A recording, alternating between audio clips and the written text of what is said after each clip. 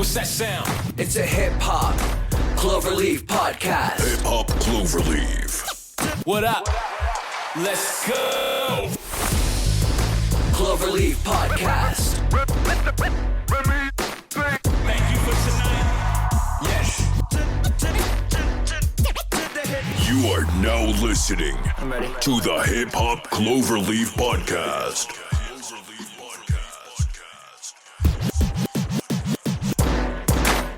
What up? Good morning, good evening, good afternoon, and good night, and welcome back to the Hip Hop Cloverleaf podcast. We are your hosts. It's your boy O. Hey, and it's your boy EC. In today's episode, we're talking about the best hoopers in hip hop. Then we got the off-season album review, and to close out the episode, we got This Day in Hip Hop. Keep it locked, y'all. This is Hip Hop Cloverleaf.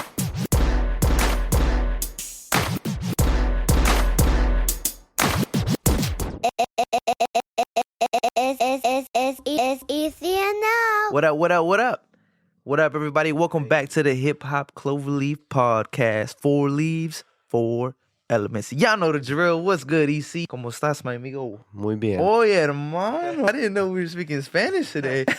How are you, man? I'm good, man. I'm good. I'm very excited for this episode. We planned it out really nicely. I think we've been waiting a long time to talk about this one. Before we get into the album review, we're going to talk about best rappers that are hoopers. Let's talk about that. Yes. So first, I want to talk about, we're already talking about it today, but J. Cole. Yeah. J. Cole, for those who don't know, J. Cole played varsity basketball for his junior and senior year in high school.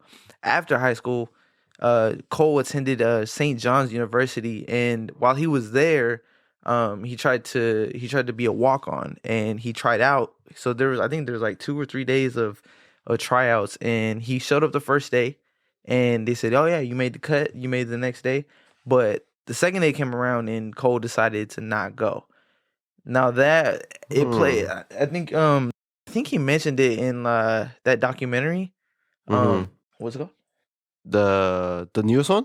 I want to. Is it that one? Or the For Your Eyes I want to. one? No. I want to say it was the newest one, the 10-minute one, the one the one he dropped for the off season. Yes, for the off season. Okay. I think he was talking about like the decisions that he had to make when it comes to music, and then he also like compares basketball to his career, and I feel like a lot of them, like a lot of the terminologies and a lot of the things he says make sense, and like he's grinding in both ways, but like when he was, I'm thinking of like basketball. Like if you every day, if you want to get better, you got to wake up super early, get in the rhythm of going to practice, get your workout in, do all that stuff, take care of your body.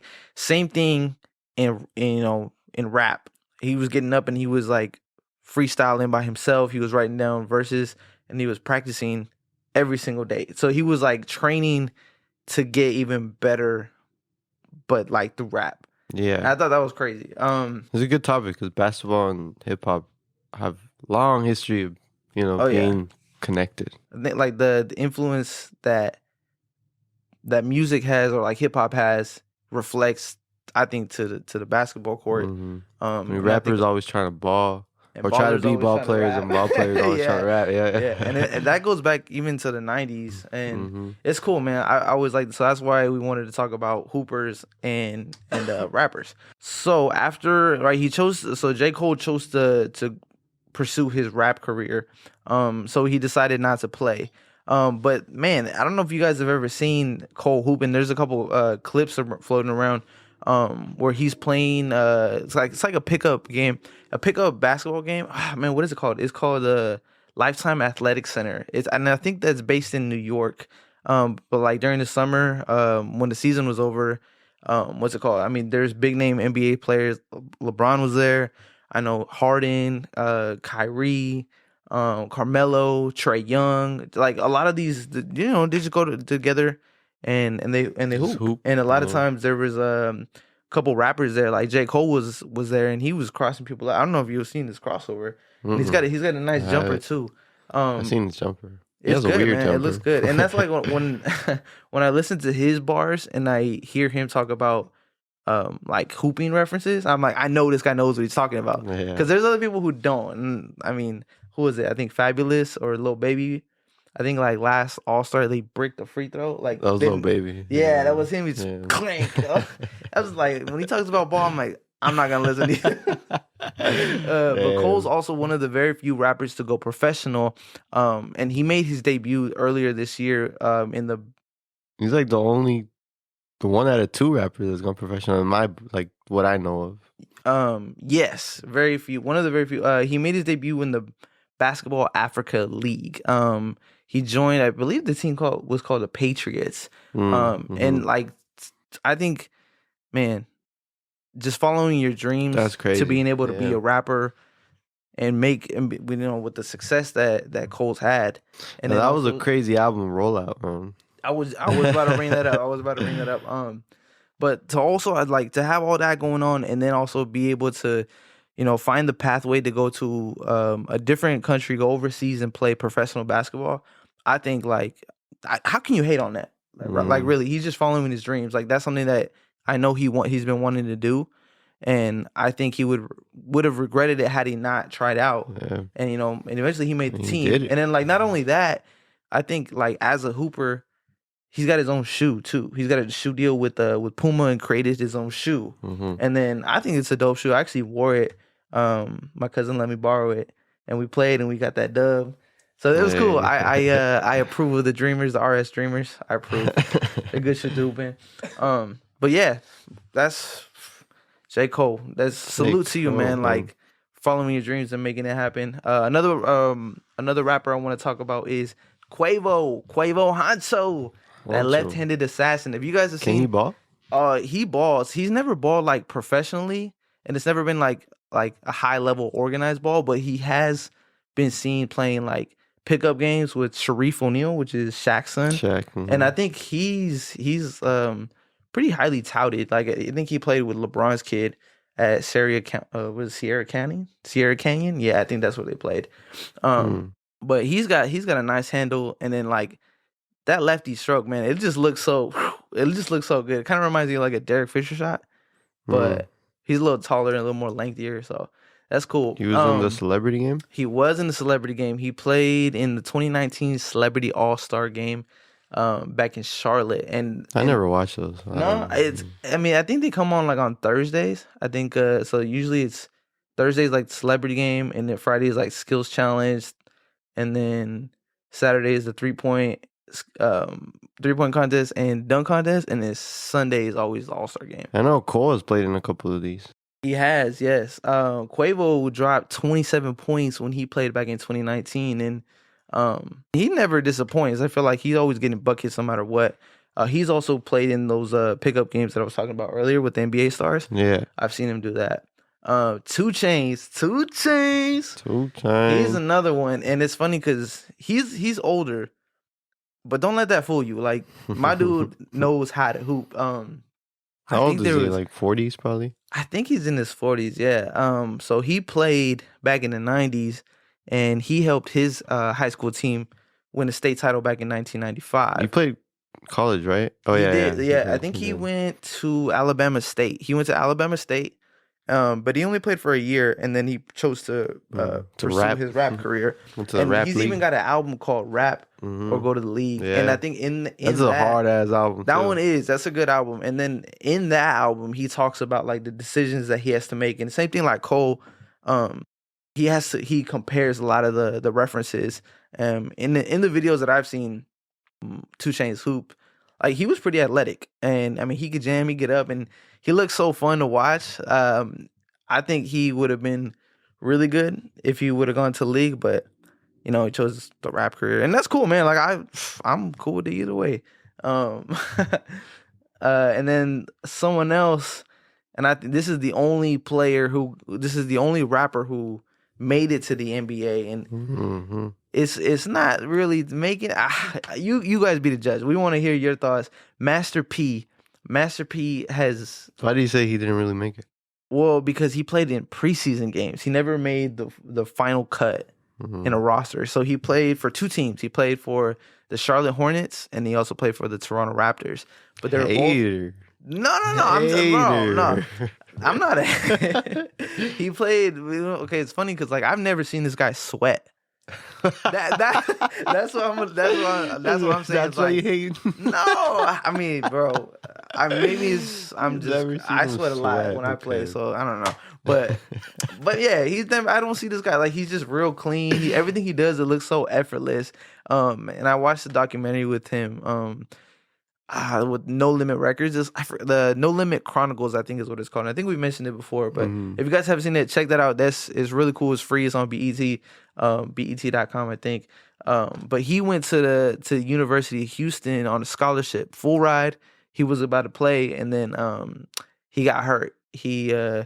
I want to say he tore his ACL or something like that. It was like career ending, and he didn't end up going. So then, like, his scholarship was revoked, and he pretty much had to go back home. And then that's kind of how he started doing the No Limit things and created the record labels and started putting out music and stuff like that. His son played ball too, I think. Yeah, he did. Romeo. Yeah. Yeah. But yeah, so there's a lot of rappers that I think had a future in hooping, but they also kind of like decided to do something that I think they were better at, which is rapping. I mean, Cole, I don't know, man. I don't know if any one of those rappers can make it to the league and be successful. I don't know. That's Hater. shut up. That's for y'all to decide. But a couple of notables. Chris Brown. Chris Brown is a hooper. I've seen him hoop. He's done a couple All-Star games and then celebrity All-Star games, and then he's done like a couple charity games. It's cool. He's got handles. He's got a shot. I mean, is there anything Chris Brown can't do? Really? Probably not. He can dance, he can do everything. The game is also. He's not like a stylish dribbling hooper. He's more like that big dude that sets the screens and he's gonna fight for all the rebounds. Like he's that hustler. Hey, last episode you said he can't hoop. I heard that. I was listening to it and I was like, I don't think. But like I said, okay, he can hoop. He can like you said the screens. I want him on my team, but I've never seen him hoop. But I don't want I wouldn't ask him to shoot a three. But Dave East. Oh, he's another one. Yeah, I think he played college ball. He did play college ball. Yeah. And a lot of his references. He was trying to go to the league too. And I think I don't remember exactly why that kind of got cut short. But in some of his records, he says that because he went to prison. He started like hanging around, doing some drug dealer shit. Crowd. And yeah, he went to prison and all that, and so he wanted to become a rapper. Where did I see? I think I also saw a documentary that he was in. I want to say it was like a Netflix one. Yeah. I don't know if it's Rapture or Rapper. No, it's not Rapper Revolution, but I know what you're talking about. Yeah, I've seen that too. Mm-hmm. Yeah. But yeah, those are. What about some rappers that suck? Ooh, I've seen a couple clips. Tory Lanez. I feel like his jumper. Yeah, man, he looks like he's gonna break his back every time he shoots. He cooks all the way back there. Travis Scott. I don't think Travis Scott is. I wouldn't ask him. I mean, it'd be cool to have him on my team. I like how hype he gets when he makes a shot and stuff like that. Meek Mill, trash. Booty. Really? I've never seen him. Oh yeah, it's pretty bad. It's pretty funny seeing like rappers. Drake? I've seen him hoop a little bit. Like I've never seen him like. Wasn't there a meme about it where he was? Oh, remember? He airballed it. Yeah, he was warming up with Kentucky, and he went to go shoot a three, and he straight up airballed it. Yeah, I remember that. But it's funny. So like to me, that's just me. When they make any hoop references, I gotta see them hoop before I can believe some of that. But all right, that's just on me. Let us know your thoughts. We want to hear what you guys think. Who are the best hoopers? Who are the worst hoopers in rap? Let us know. Add us, HH Cloverleaf on Instagram, Twitter, and Facebook.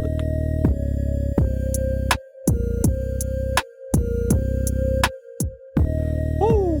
All right, man. Let's get it. The album review is finally here. The off season. I got a question. Yeah, for sure. So, what were your expectations going into this album? So, like, you found out that it was coming out. What were you thinking? Like, what was the first thing that came to your mind? I had high expectations for this one for sure. Cause man, it's been what?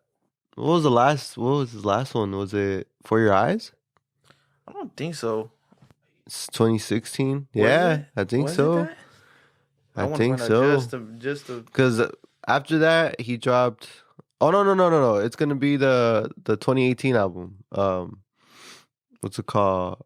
The one with KOD. Yeah, KOD was 2018, and I think that was his last one. Yeah, Yeah. it was KOD. Yeah, because then he dropped the Revenge, which was 2019, but that wasn't like a it full wasn't album. his. Yeah, Yeah, but shit, damn, 2018. Wow, that went by fast. 3 years. Yeah, 3 years since he dropped album. So I had high expectations, man. Whenever he dropped, remember he put up a picture of a list. I had it in my notes to talk about. He had crossed off a bunch of things that he had already dropped. I think he called it the fall off era. Yeah, and then that was then he had a list of things. The first one was features that was crossed off. Mm-hmm. Revenge of the Dreamers 3 that was crossed off, and then it was the off season, and then it's a boy, and then the fall off. So like to me that was It's a boy was his kid. I'm pretty sure. Yeah. So he was kind of like time for him to be a father, and then the last one, I think like the last thing is kind of, to me I saw like a roadmap. Like this is the last thing I want to do before I call it quits, and then that's why it's called. And dang, that's crazy to see a rapper do that. Like pretty much plan out his fall off, his ending, because that's one thing we've talked about too, where like where rappers fade off. You know, do you want to see your favorite rappers fade off and become whack at the end of their career, or do you want to see them go while they're up top? Yeah, you know, like when right they know like after this, you know, I can't really do much more, and fans, you know, I can't give them much more. So yeah, it's crazy to see how Cole that's in his mind, right? He recognizes that. You know, it's about that time, and that's crazy. It's wild, man. Just to think about Cole not rapping anymore. He's 10 plus in here, 10 plus it makes years. me sad, man. Yeah, man. I remember when he was being called the new school, and all his peers, his rapper peers. Man, now he's the now school. He's becoming the old school now. Damn, it's crazy how fast it's going. Yeah. Man. Wow. So what did you think about the rollout? That was one thing that was on my mind, was the rollout, and I know you like the rollouts. Yeah. So what did you think about the rollout? I think it was dope, man. I think that's where it all started, when he put that list. And then not too long after that, he dropped a little 2-song EP, which was The Climb Back, and he had a different song on there, I forget. So when he dropped those, I was hyped, man. I really loved those 2 songs, and I think they were top tier Cole songs, and I was on them. That's all I was listening to for a while, and so that was part of the rollout. And then of course, right before he drops, he put out the whole he's gonna play in the NBA, or not the NBA. He's gonna be a professional basketball player, and he signed like a 5-game deal or something like that.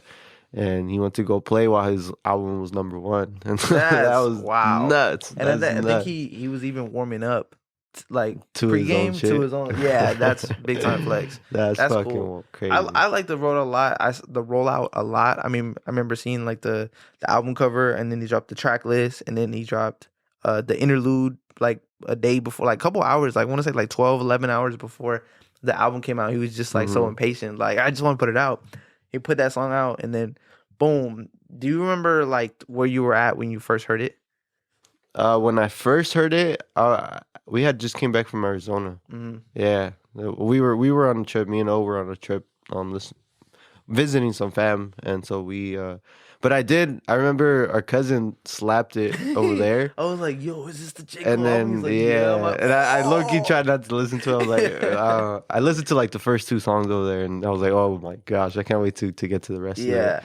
And then finally, I listened to it I was supposed to listen to it on the plane over here, but then my headphones stopped working. So I was like, fuck, yeah. So I didn't get to listen to it until I got back. But yeah, man, I do remember that, and that's all I've been playing in the last few weeks. Yeah. I know. Well, since it came out, Since we were gonna talk about it, I know I wanted to get familiar with it. So the first song on the album, then to me, I think it's probably top 3 songs off the album, and I think rightfully so. It should be. It's a way to kick it off. With Killer 95 South, Cam. dude. I Killer- heard his voice. when I I heard heard his voice, I was is like, that oh Cam? damn! And then the trumpet started building up. I was like, I was like, oh. And don't check your watch because you know the time. I was like, oh, I don't even have a watch, but I'm like, oh, dude, that shit was crazy. I was so hyped when I heard that. Yeah. Cole was just talking his shit, man. Like, I think that was like the first time he does an intro like that, like Yeah. a hyped intro. Because I think I've always been a huge fan of Cole's intro songs, and they're always like, I don't know how to explain it. They're like they're more quality based. Yeah. Where as far as like the beat is nothing like Yeah. hard There's hitting. no- it's there's more no kicks. smooth. Yeah, it's always and like, it's yeah. always like some real shit that he comes with. And on this one was different. It was Yeah. like it's a hyped song. You got Killer Cam on there. He was talking his shit. Yeah, man, that shit was crazy. I think one of my favorite lines is, "I'm betting on myself, then I'll complete. If I'm betting on myself, then I'll completely double down." And to me, that just shows the confidence that he knows he's the best. Like he's like, there's no way. Like if it's me versus anybody, put double on me, double it. And Double then it. another line that I think everybody kind of was like, oh, was could put you on an M. You Luigi brother now. And I was like, damn. But it's funny because my son really likes Mario. So Yeah. I'm right now, that was just everything for me. And man, I think that was just like the perfect start. Cole sampled Put Your Hood Up. Put by- your hood up. Put your hood up. Dude, that like at the end, just to me, I think that was my favorite part of the Fucking song. Lil Jon, man. Lil Jon and the East Side Boys is who he sampled, and bro, crunk music was them, and That just was to be able to hype, bring man. that back, yeah, I don't even have a hood that I claim, but I was throwing it up. Throw your hood up, Damn, throw damn. your click up. It was interesting to see Cole start with that. I was like, okay, this album about to be different. Amari was the next song, and that one, I like the song. I wasn't like it's not that I don't like it. There wasn't really anything that really stuck out for me on that particular Really? song, but I do like the intro and outro. Ba ba ba ba ba ba. I love that song, Yeah? honestly. Yeah, What do you love I about really love it. I love just the instrumental on it. It's just that alone. It's a crazy instrumental, and I think that's the song that I've been slapping the most in my car. Just yeah, it's crazy. It's a fucking dope. And then when I saw the video, how that song came to be, Yeah. like oh shit with Timbaland.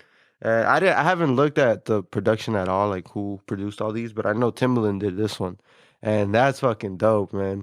I think it was a documentary. You saw it, right? Yeah, I did, Where he shows how this song came to be, and I really wish that all rappers would release some sort of. It doesn't have to be like a documentary, but some sort of like, kind of like an intro, or what is it called? Like before you read a book, like it's not the interlude, but what is it called? Like the prelude. The prelude. Yeah, like to me, seeing that and like trying to get in the artist's head and see their vision and having them put it out in a visual, and then kind of explaining some of the stuff and explaining how and why this album came to be and why they're putting certain songs. I think that makes the album so much better because it gives us a better understanding and an inside look as listeners to see that craft be put in from the start. And then the song Amari, so for this album review, I haven't done research at all. So that's purposely, like I didn't go on Genius, I didn't go on anything. So I don't know do you know what Amari means? No, I don't. Yeah, I want to know what that means. But I think this is the first song. All right, so he did the 95 South. That was like his intro, talking shit. And then so this one, he starts getting into like what the concept is, or I guess like what his message is throughout the album. And he starts with plotting my escape, this game rad faith. So that's dope. Like he's plotting he's plotting my. So he starts plotting my escape, this game rad of faith. So he's saying I'm planning out my role, my fall off, my ending. Yeah. Got a couple M's hiding in the safe. So fucking rich as fuck. He's done his job. And then that's dope. I think the whole message throughout here was pretty much like, man, I made it from the ground. Finally at the end, like I came from this, now I'm here. And it's fucking dope, man. Never seen nothing except the fucking triple beam jumping. Good dope, leave a fiend, crumping, made it out, gotta mean something. You know, yeah, man. It's fucking. I love the song. So many hidden bars. Yeah, yeah. Really listen. But what I did notice about this album, he did a lot more singing throughout this album than he's done before. You know what else I noticed? He references God a lot. A lot. Oh, that's always been cool. Yeah, yeah. Yeah. I just noticed that pattern as I was listening. Yeah. And what's it called? I know I forgot what episode, but we were talking about how what's it called? A lot of people were saying Cole, he's too boring with it. He doesn't, he's always monotone. It's too real. You know what I'm saying? That was always been the knock on him. And I think throughout this album, with the singing and all that, he changed it up. He's doing a lot more singing. He got a lot of different kind of production. I mean, he started off with some different shit, like hyped. Like he's never done that before. So I think, yeah. So I just want to point that out. My Life. This one features 21 Savage, and I think the Cole and 21 duo, I feel like that's pretty top tier. This song reminded me of the song A Lot. Mm-hmm. And to me, this was like A Lot Part 2. Yeah, pretty much. Yeah.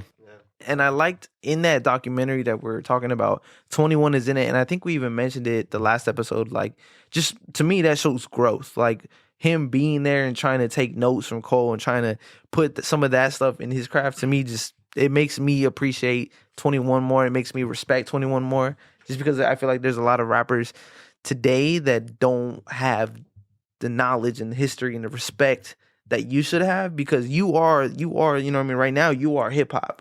Mm-hmm. So when it comes to people like listen to your music and you don't care about what's happened before you, I think that's like very arrogant. And like it's cool, like hip hop, yeah, it's all about being, breaking the rules, breaking boundaries and stuff like that. But if you don't respect what's happened, I feel like it just comes back to bite you. Like if you're not gonna show that respect, you know what I mean? Like I feel like you can't play that. Yeah, you can't fake that. One of my favorite lines on this song is "Ja Morant, I'm on my Grizzly," and bro, and I think everybody lost their mind when they heard that. Well, at least everybody in like the NBA world too. Imagine people from Memphis. They probably. Oh yeah. Imagine how Ja Morant must have felt having a shout out by J. Cole on one of his last albums. Like whoa, and then the fact that Ja's only like a couple years into the league. I think he just had his first playoffs. And what is he, like 20, 21? I think he's 22. I don't really know exactly how old he is. Young. Yeah. But to me, I want to quote the hook. It's "My life is all I've had. My rhymes, my pen, my pad. And I done made it out the struggle.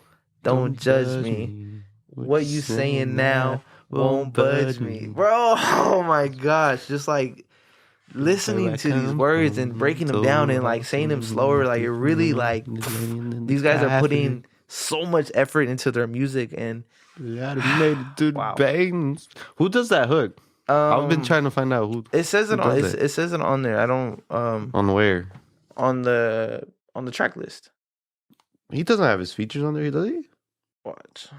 Yeah, I think he does. Oh, Murray. Yes. Murray does the 21 Savage and Murray. Yes. I don't know who that is, but that was hard. It was good. It was really hard. Very soulful. At first, I thought it was Cole because it kind of sounded like him. It did. Because I think he has part of it. Like he does the "My life is all I have." I think so like he also like, was it bass? Boss? Yeah, Boss. Boss, okay. Yeah. He's I don't know, man. I just wanted to make sure I'm saying it right. Yeah. He does a lot of the hooks, but it's also with like a lot of J. Cole. It's like mixed in between. Well, I was gonna say the two songs that he's on, I didn't even realize he's on there until I saw the tracks. It's like, what? And and then after a few listens, I was like, okay. And even Black too. But he's in there too. Yeah. Applying Pressure, man. That one was crazy. That one was dope. He that one was more traditional called like, let me just give you some bars. Let me just spit at you real quick. I've seen so many more like captions saying applying pressure. And I think that's such a cool, like, no matter anything, pressure. No matter what you're doing, like if you apply pressure, that means like you're doing something. Something's gonna happen when you apply pressure. Yeah. So to me, I thought that was the definition of a Cole song. Like, yeah, for sure. It's like tells people about like what does he talk about? He's talking about like other people commenting like online how Cole don't do this, Cole like what is that? He's got bigger fish to fry, man. What is he worried about all that? To me, the outro is my favorite part. I just love how confident Cole is, and like he just knows, man. He knows that he's the best, and he's just giving you the bars. I love it, man. I love it. It makes you think. It makes you think a lot about just like Cole's talking about him being the best. So like it makes me think about how I'm being the best and how can I apply pressure in my own situations. Yeah. He was talking shit to all the rappers, man. That was dope. He was applying pressure to the game. That's what he was doing. That was dope, man. And then punching the clock. That one was fucking dope, man. That one, okay. That one, so my uncle, shout out my Uncle Jaime. Yeah. He texted me asking me, like, I think like 1 or 2 days after the Cole album dropped. He's like, hey, have you heard the Cole album yet? I'm like, no, like I'm trying to find a day or like a, where I can just sit and soak it all in and listen.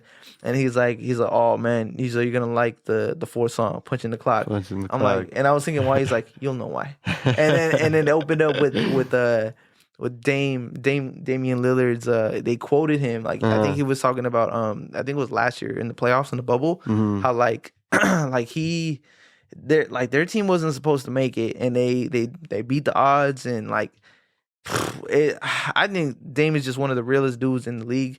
And the quote goes something like, "It ain't nothing I want more. I told you when I first came here, I didn't come here to waste time. They gave us a chance to get in like we asked for, and that's what I'm here to do. Job still ain't done, but you know what I'm here for." Damn, like, and I thought, okay, I'm thinking like real recognize real, Cole recognize Dame recognize Cole, like it just goes hand in hand. They're both hoopers. Like I feel like they come from they're cut from the same cloth. I think Dame is a very, very rare breed. Like you don't find a lot of people with that mindset that come with the background that he's come from. Like he's from Oakland. Like he keeps it real. He's gonna tell you straight up. He's gonna give it to you straight with no chaser. That's what I like, man. And then like so that interview came after this guy scored 61 points to push his team into the playoffs. Like, come on, man. How can you say something so wise and so smart after? But it's like he doesn't have to think about it because that's really what he's doing. Yeah. Like he's talking like to me, that reminds me of like I saw this little clip of Kobe. He was running the camp and there was like he was telling kids to like run like lines, like to run. And he noticed there was a kid who wasn't touching the line like every time. And don't do that around Kobe. he didn't say anything until like they're all done. Yeah. And then he didn't like call out the kid, but he just said like, I've noticed like people aren't going all the way. Like, you're kind of half-assing it. And when you do that, you create these bad habits. Like you're only cheating yourself if you're not touching the line. And I used to hate when people would tell me, you're only cheating yourself. You're only cheating yourself. Like, shut up. I know what I'm doing. But it's like really like you're taking the shortcut. And then once you do it once, it just becomes a habit. And then you're going to start taking shortcuts. Right now, it's just shortcuts for doing the lines. But next is going to be like doing homework. Next is going to be at your job. It's just going to create those habits. And yeah. Yeah, man. That was a dope song to me because I think another definition of a Cole track is just storytelling, talking about his life and little stories that he told on that one was dope. I think, yeah, man. Punching the clock to me sounds like, all right, I'm here to do work. Yeah, and that's pretty much what he did. Yeah, that's what Dave said. And then at the end, man, like he just kind of, it's another Dame quote where he's like talking about like, this is like everything that you do is eventually going to come to light. And so, like he's talking about like the summer and how like that's the time to get better. And if you're putting in the work, it's going to show. And if you don't, then that's also going to show too.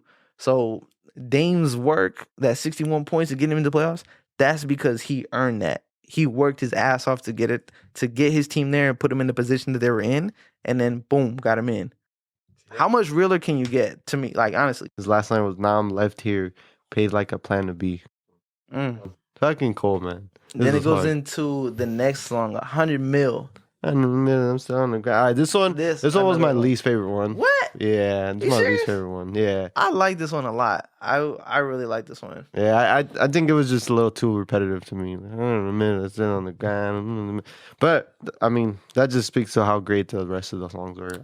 That's true. Yeah. That's really true. Because I feel like when rappers or when just people in general just get paid, like it tends to be like, okay, like my job's done. I'm out. I can kind of just put out whatever and I'm gonna still make it. And with Cole, I mean, he really can put out whatever he wants and it's still gonna be good.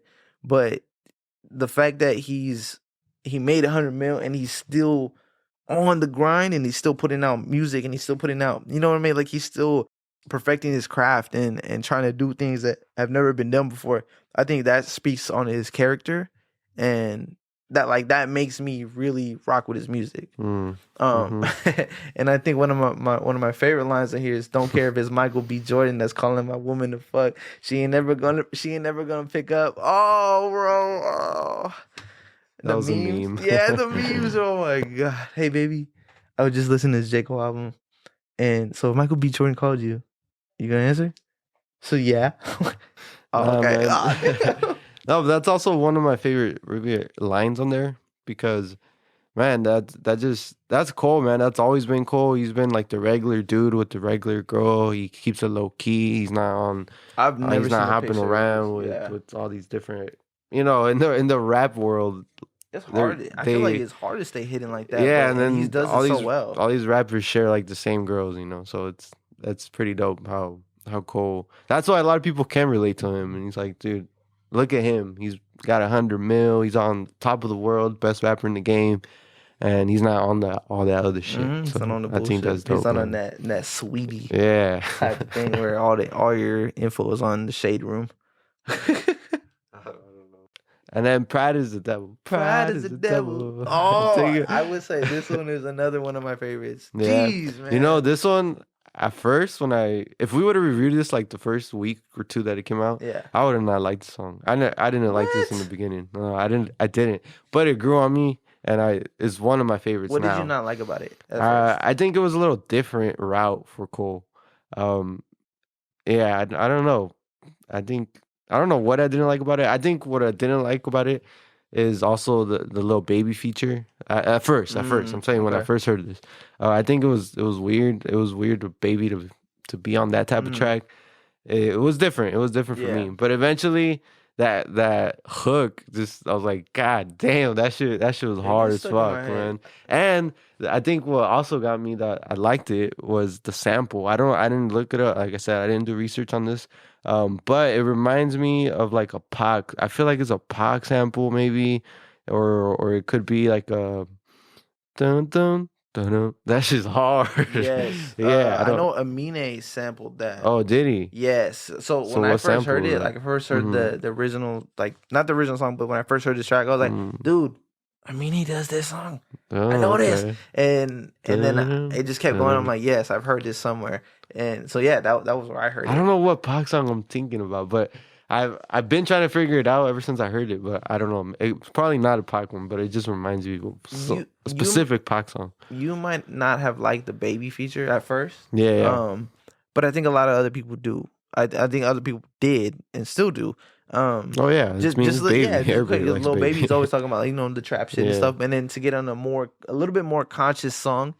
And I thought the transition from Cole to Baby, it was hard. Nice. Yeah, eventually really nice. that got me too. It was like, oh shit, Cole was flowing like Baby. Pick it up, and then picked it up. Yeah, that was cool. That was smooth really cool. Transition. Yeah, for sure. That was dope. And I like one of my favorite topics on this song was when Cole. He's talking about his money. How I got one person to count it up, and I got another person to make sure that the guy that counted it up adds up. And so that's hard. That's like damn, this guy's rich. Man. And to me, the overall message just like pride being like don't let pride get the best of you. Yeah, make sure to stay humble and to make decisions. Like don't let pride. Yeah, pride's the devil. The devil. The lines. Jesus Christ. The whole theme, the pride theme. It's deep, man. It's a deep message, and I like at the end. I kind of want to read what Cole says. He says, "Pride." He's talking about pride. Always pride he started listening to what pride does. Right. Make someone feel the way that you would follow me. It makes someone flash 1,000 like he hit the lottery. Make a baby mama make shit harder than it gotta be. Make you have to take the bitch to court to see your prodigy. So he starts listening, right? But then at the end, he goes, got uncles and some aunties that's too proud to give apologies. Slowly realizing that what the root of all my problems be. And then he ends it. It got me feeling different when somebody say they proud of me. I was like, Damn. Jesus, like that got me thinking. I'm like, wow, like to have this mindset, like it's a deep message, man. It's a deep message. And pride, man, pride definitely can be the devil. Foosball, the devil. The next song, "Let Go My Hand." Wow, this one. I know I keep saying I feel like every song I keep saying this is one of my favorites, but it is, man. I'm not gonna lie to you. This one, but just reading the title, "Let Go My Hand," I was like, what can this possibly mean? And after the first listen, you know, there's a couple songs that I feel like you have to go through a couple times to get the real message. The first time I heard this, man, it had me going in a deep thought. It started making me think about my son. And eventually, one day, I'm gonna have to let go of his hand, and he's gonna be his own man. And it like that, it just puts me like in this okay, like you have to start making decisions based off that. You know what I mean? You gotta build this little character and just set him up as best as you can. And eventually, he's gonna have to he's gonna be his own man. Yeah, man. And I liked what he did here. Like he said that line about his son. And he used that theme to talk about his own, like how that happened for him, and it's dope, man. It's dope. And one thing I gotta highlight on this song is the Diddy slap, man. The Diddy, man.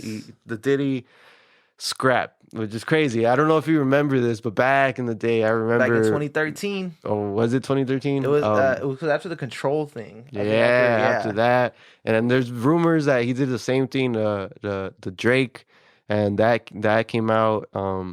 And I think Kendrick even too. So it's crazy, man. It was just like a big. I think it was after some award show where they kind of got into this altercation, and I think like there was something about like who the king of New York was.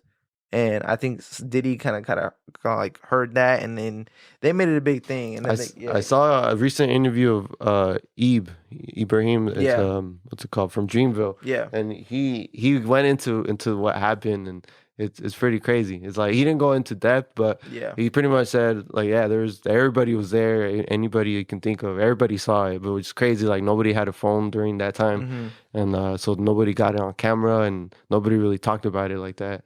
But it was crazy, and man, and it's dope to finally hearing that. Like as a rap fan, I always wonder, like, man, what happened there? Because Cole and Kendrick are one of my top rappers, favorite rappers. So whenever I hear shit like that, I was like, damn, I want to know what happened. And fucking, it's crazy. He talked about it a little bit, and I like that he went into like he's like, I'm not a fighter, you know what I mean? Like, the last time I got to scrap was with this specific altercation with Diddy, and then the crazy thing is Diddy's doing the outro. That's Diddy? It's Diddy. Oh shit! He says, I thought it was Black on the outro. No, it's Diddy or Boss. I thought it was Boss. So he was talking about the Diddy altercation, and then he has Diddy do the outro. Oh shit! I didn't realize that was Diddy. It's he says, "Lord, please guide our steps, watch us, cover us." So that every move we make is in alignment with your will, your purpose. Please fill us with your spirit. Damn, like, and then he ends it with, teach us how to lead, show us how to love. Wow. Like, I'm just lost for words, man. I can't even, there's nothing I could say to. Damn, that line, back then I ain't know shit, now I know too much. That shows so much growth. Yeah. And then, like, just coming into the rap game, like, kind of wide-eyed and, like, what's going on. And then now.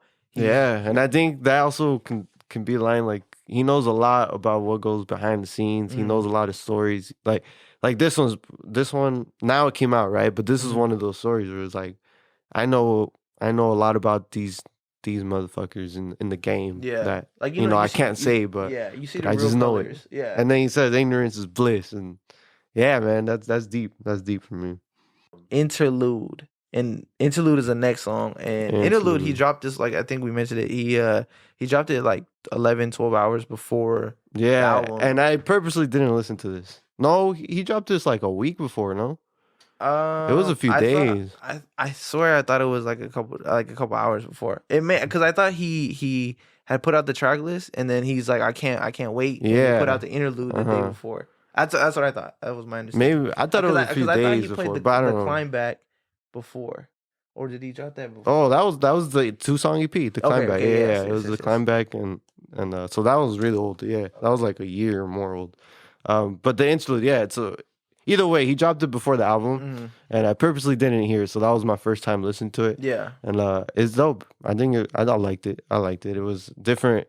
It was a little break from the whole scheme of the album. It was just him, just kind of rapping about his come up and how he got here. So that was dope. And it's cool. It's cool. Like I think we mentioned it before. Interludes, skits, and all that. Like I'm such a big fan of them, just because I think it's really like the holistic picture of like an album or a project. Like it brings everything together. Like it's like that bridge between, or even if it's that little break in between, it's still a part of it. And I think it makes the album what it is.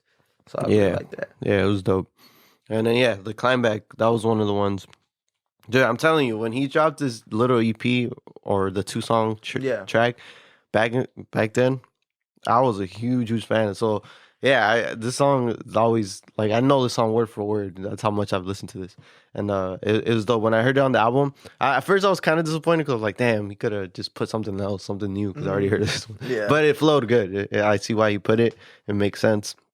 And dude, this one's crazy, man. When I first heard it, I remember thinking Cole's back. He's back rapping his real shit. Yeah, he's back because his rapping. Just looking at his rapping, the skill of rapping on this song was out of the world, man. It was dope. I really like the intro. He does like a little soundbite of it's from an audiobook that's called The Tale of Leadership by John. I think it's John Heater. And the quote or like the audiogram sounds like, "Are you doing this work to facilitate growth or to become famous? Which is more important? Getting or letting go?" I don't know. That just hearing that, just like the sample is hard. The instrumental is fucking man. The Climb Back is one of my favorites. Everything come back round full circle. Is there anybody who doesn't like that? Come on, y'all. Let's be real. Yeah, that was dope. The next song, Close. Oh man, this one's probably. I keep saying that too. It's one of my favorites. It's hard, man. Like I said, but it's this one that I think got me the most. Where I was like, "Holy shit, this is."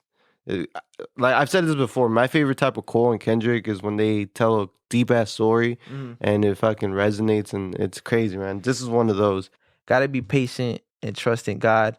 He's the coach. Temptations are taking the shortcut, but I don't. Because I'm trying to be almost when I get it, I'm afloat. Yeah, man. It's like man. This track is powerful. It's sad, man. The story he told on here about his friend. Yeah, that he didn't make it, man. He didn't make it. And I think with the temptation of drugs and like the gang life, like and that reminds me of the OD dissection that we did back in episode 5. It just like it's just like that path that you're either gonna go with this or you're gonna go with that, and eventually it's gonna catch up to you. Living that life, that type of life, you're only gonna end up in jail or dead.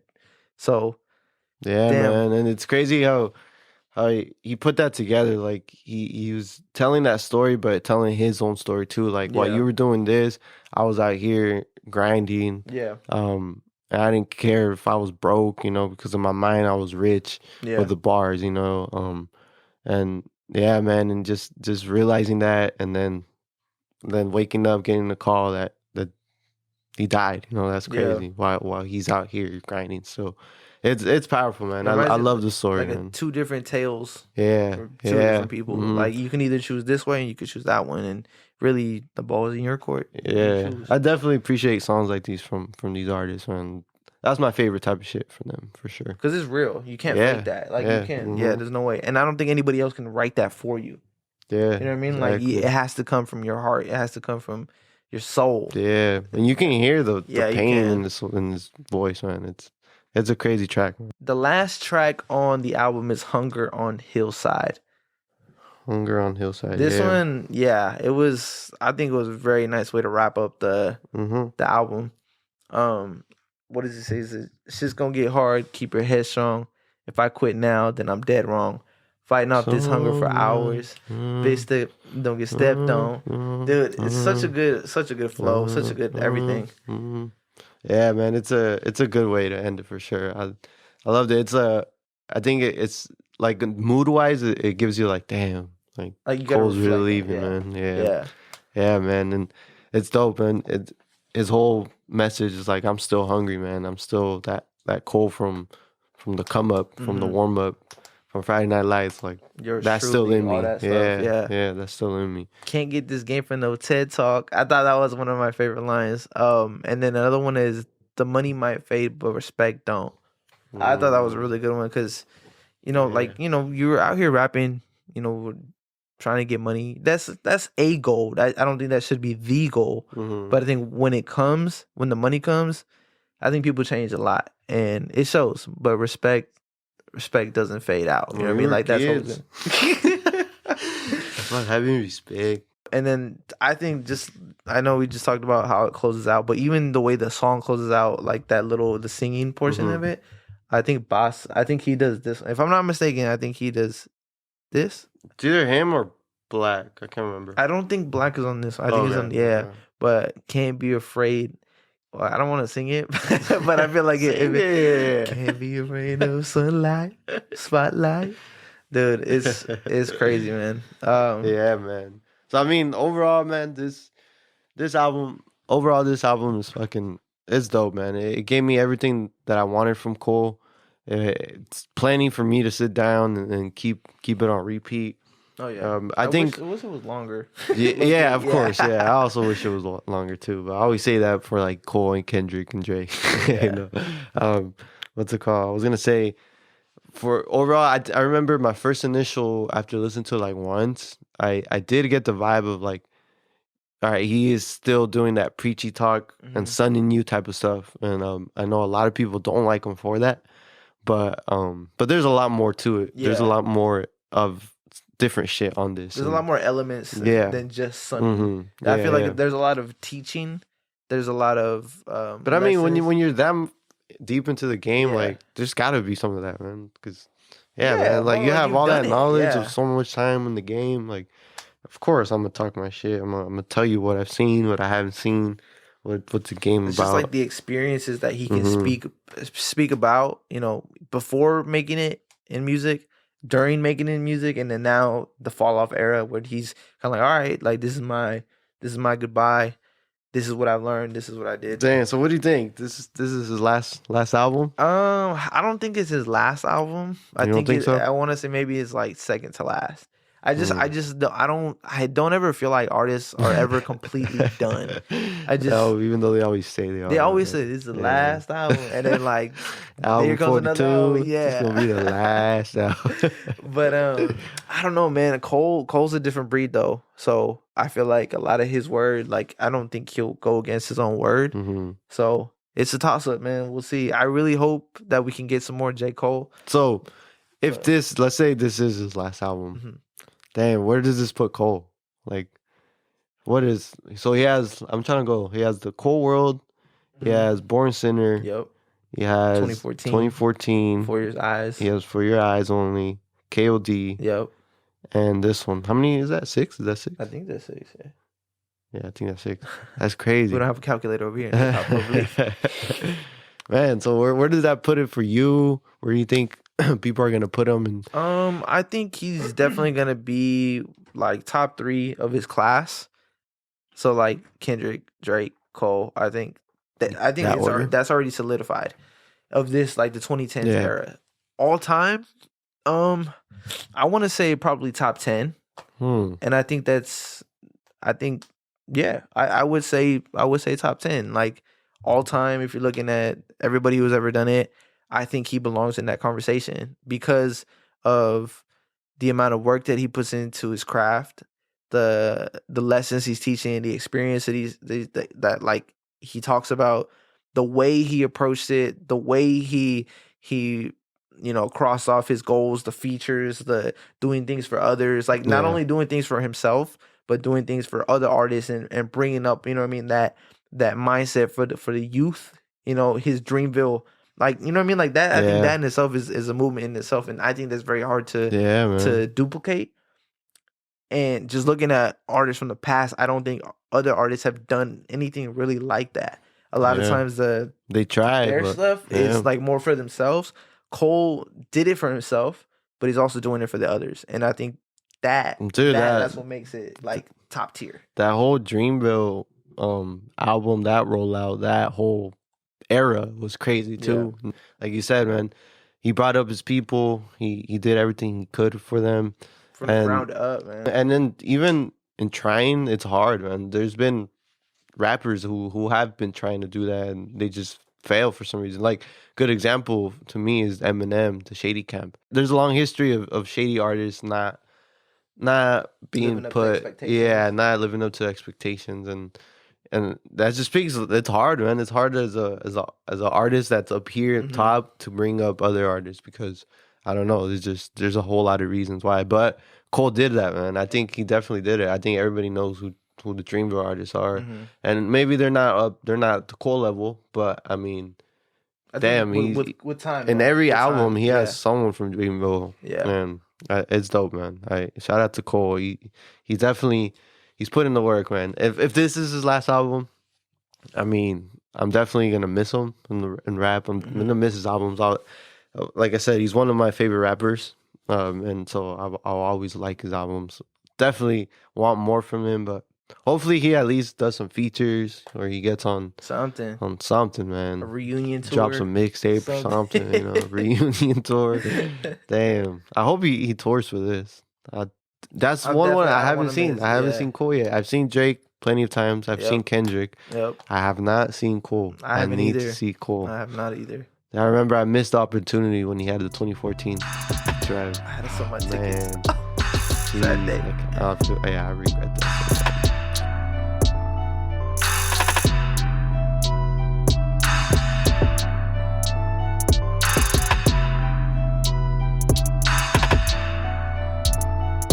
To close out the episode, we have This Day in Hip Hop. And ladies and gentlemen, this is like, we're not doing this on purpose. It just happens to land on this day. This day in hip hop. June 16th. June 16th. Tupac Shakur's birthday. Hey. Wow. Happy birthday, Pac. We miss you. The influence that you've had on hip hop and the rap game and just life in general, man. Like, it's just, wow. It's Pac, man. It's dope that we were talking about Cole in this episode, and he relates so much. I think there's a lot of comparisons to Pac, man. There's a whole lot. He's that type of artist. Pac was that type of artist, that Cole type of artist, where he always gave you stories. He talked real shit. He wasn't about no bullshit. And to me, I have Pac in my number one. That's always been that. I think he was the first rapper that I ever was like amazed by when I first got introduced to rap. And man, just listening to the songs were crazy. What are some of your, not favorite ones, but what are some of the man? You know, the other day I was just listening to Pain by Pac, the one that was on Above the Rim soundtrack. Yeah, man, that's a powerful ass song, deep. That's one of my favorite ones. Let me see. I mean, his whole All Eyes on Me is probably my favorite album by him. Just that how it starts with Ambitious as a rat. Yeah, that's hard. I mean, he has powerful songs like Dear Mama, Keep Your Head Up. I would say one of my favorite ones is Checkout Time. That's one of my, like, that one hits home. Yeah. I remember my parents playing it like, we gotta go. We gotta go. And I was just like, it was just a melody that was just stuck in my head. Yeah. The other one is I'd rather be your N-I-G-G-A. That one was just like another one that like it's just, that's it's hard, just another man. one like that. Like it's might not necessarily be like one of his top ones, like in, like globally recognized songs, but for me personally, those two were like some of the ones that hit home and that I have personal ties to, and I can remember things. Like I remember being in the car, I remember looking out the window, seeing and driving past old neighborhood and remembering these certain little landmarks, like even if it's a bush or certain like speed bump going on the way home, you know what I mean? Like not even a speed bump, but like there's 3 bumps on the way to grandma's house. Yeah, man. Damn. Like, you know what I mean? Like it's just those little things that remind me of that.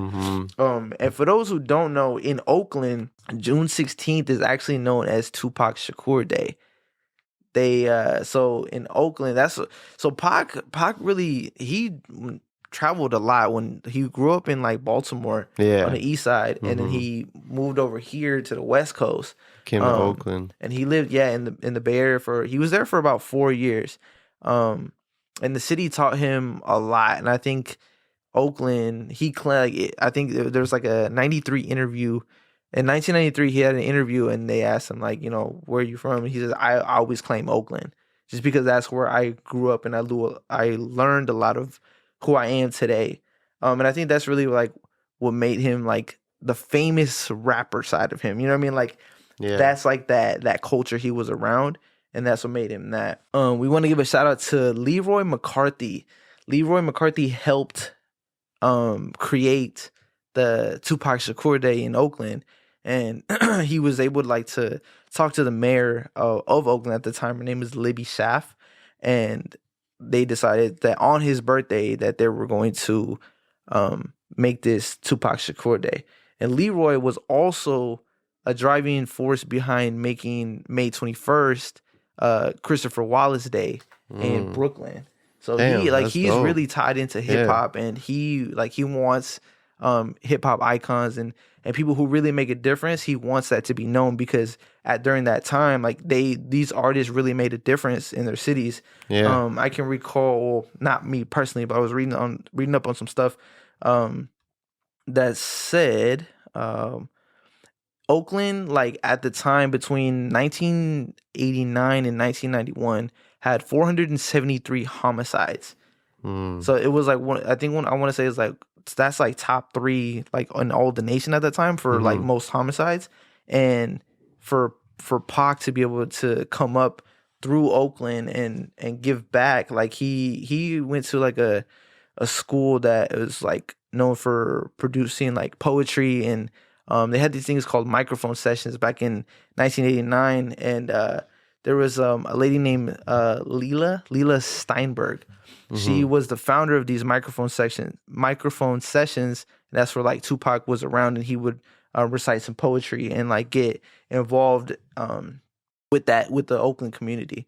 Later, like looking down the road after Tupac's death, they even opened up a school that's called Roses from the Concrete Community School, and this place it's located in the East Oakland, and they offer to help students kinder through 8th grade, and like their mission is to develop youth committed, like the mission is to like develop people or like kids who are in like a poor neighborhood, or like they don't have a lot to offer. And then like shows them that, you know, they try to teach them that rose from the concrete mentality.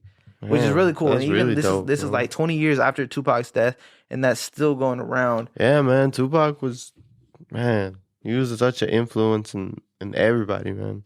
And I remember, I talked about how growing up, he was he's always been my favorite rapper, and the one that I've always like was amazed by. But like later when I got older, when I found out this guy was only 25 when he died. Like, holy shit, he did all of that. Yeah, in 25, at 25, dying. He's so young, and damn, he did some amazing stuff, man. And he left a legacy, he left a imprint. I mean, everything you just said. Shout out to Leroy, man. That I hope, damn, that'd be dope to have him come on one day. Yeah. But yeah, man, shout out to him for doing all that and making shit happen. I think it's important for especially like the younger people to know who Tupac was, what type of stuff he was doing, and you know the legacy he left behind. Same with Biggie. They're definitely some icons. Staples. And it's not just like in the music world. It's like culturally, they made a difference, and I think like that's really what solidifies them as like the best rappers. Like, because it's always like, hey, who's your top 5 or who's the best rapper all time? What are the go-tos? Tupac and Biggie. All right, it's always them too. But really, like no one, I don't think nobody really asked why. And I think one of those reasons is because of like the change that they brought in their own communities, not only in the communities but just like across the world. And then the influence that they had on other people. You know what I mean? Like if somebody heard Tupac rapping and they wanted to do that, like it's like an inspiration for them. And yes, like there's turmoil, like, you know, looking at their careers, you know, but I feel like that comes with a lot of that. And I don't feel like you can really judge someone off of little things like that. But I think like holistically, if you're looking at the big picture, their messages and like everything they do is positive. You know what I mean? Like, they don't mean to do anything bad. Sometimes shit just happens. You get caught up in the wrong place at the wrong time, and shit happens. I was gonna say, I actually in 8th grade, they made us write about who we thought people like were eminent, and so people picked like presidents and stuff like that, and I picked Tupac. And I remember my teacher's like, "Oh, one of those kids, huh?" Like, and I was just kind of like, "No, like I like that ass." I really thought that he made a difference. So like I did my own research on Tupac, and I found out that he went to like the school in Baltimore, like of arts and stuff like that. So like to me, that showed it was more than just, he wasn't just a rapper. He wasn't just a gangster rapper. Like he really had something to bring to the table, and he wanted to bring a change. And a lot of the words and the messages and the interviews and the songs, like all that, it still applies to today. Yeah, man. I mean, one of the things that I've always appreciated about Tupac, why I've liked him so much, he was really personal in his tracks. He was really vulnerable. He wasn't afraid to put out the things he was dealing with, to say, even though things were controversial in his life, you know, he wasn't afraid to talk about it. Because I mean, a lot of people say like he has tracks like, all right, like Keep Your Head Up, where he's glorifying the women, he all that, but then he has tracks where he's just like, I Get Around, you know, where he's doing the opposite. Like the party, But I do think that has to do with different points of where you are in your career. Like the I Get Around track was, he was coming up with Digital Underground, that they were from the Bay Area, and that's really where his career kind of took off. Like he started going with them. So you know, rest in peace, Humpty. Yeah, for real. But like getting introduced to the music industry like that, coming up with a group, like I don't think you can come with certain songs like that. You know what I mean? Like that group, that's not what they stand for. Yeah. So that's like the start of it. Like I Get Around, right? It's a happy song. Everybody's a summer song. But then like now that you're getting established in your own career, and now you can kind of choose and pick and choose what lane you're gonna go to. You can pick out what type of songs you're doing, and like that's where you can come out with the Dear Mamas, with like the Keep Your Head Up. Like those are the things, because now you're established as an artist and people are gonna listen. Now you can put out those different songs. So Keep Your Head Up, and I think those were early Tupac songs as well. But I mean, that's my point, that I appreciate that I see the, you know, he's very vulnerable. He was very like he didn't care, you know, like he's like, he's putting himself out there like, yeah, man, one day I feel like this, the other day I feel like that. Like, so what? You know, and I think that's just human. That's just human. A lot of people feel like that every day. And, you know, he's one of those rappers. And I think Cole has that same thing, and Kendrick. Like, they have that thing that Pac had. You know, it's not like a tangible thing, but there's just something in there that wasn't Pac that's in Cole and Kendrick. And there's other rappers as well, but you mentioned him being, you know, being human, and I think a lot of times we forget that these artists and the people like we look up to and stuff like that, like they're people. They're they're people just like you and me. They're human. They make mistakes. You know what I mean? Like everybody goes through their own shit. They're just in the spotlight. Yeah, exactly. Imagine if Pac was still alive, man. What do you think? What kind of music he would be making? I don't know. I wonder if like hip hop would even be what it is now, because I don't think Pac would have, you know, not that he wouldn't have allowed it, but I don't think he would have gone that lane. Or maybe he might not even be doing music right now. Who knows? Yeah. That's we'll never know. Like but politician, like a president or something. Yeah, man. Shout out Tupac. Happy birthday, Pac. Rest in peace.